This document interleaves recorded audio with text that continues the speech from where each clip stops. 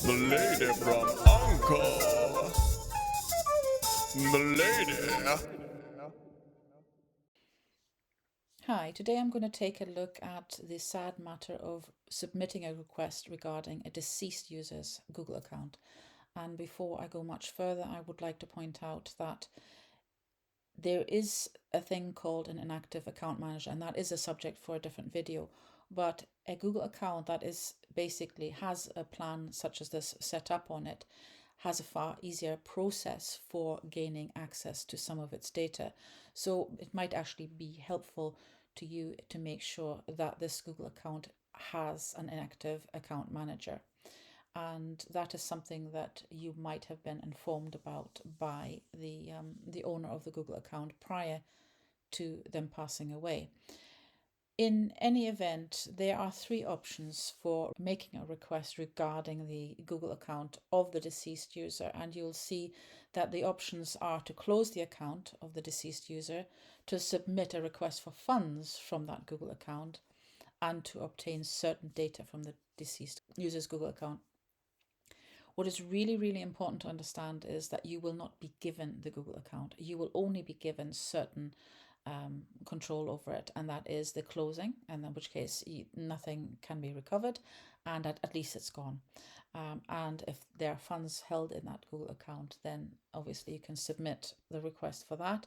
Or if there is maybe a YouTube channel or the Google Photos, etc., blogger, you can obtain certain data without getting control of the Google account itself. So let's actually look at one of the options here. And the close the account of a deceased user is probably the most common requested one, besides the obtain data. It is a little bit more rare to have funds in a Google account. But let's choose the first option here. And you will see that the required fields are quite in depth and quite involved. And you will need to complete it all, including uploading government issued ID or driver's licenses, as well as a decedent's death certificate. And it's really important also to note that if the documents are not in English, then you have to provide a certified and notarized English version prepared by a professional translator here. So this is actually a sticking point for many of us who are not in English speaking countries, or where the legal documentation is not in the English language.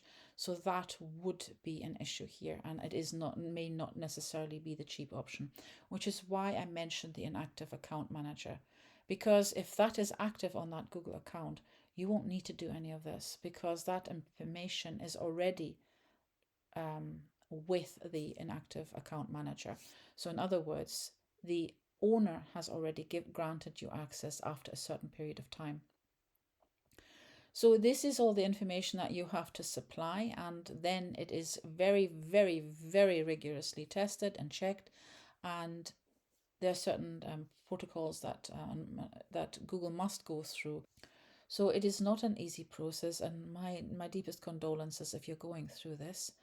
But I would suggest that you read through the information before you fill in the form, and maybe get the information, your ducks in a row, basically, by making sure that you have all of this documentation before you start the process.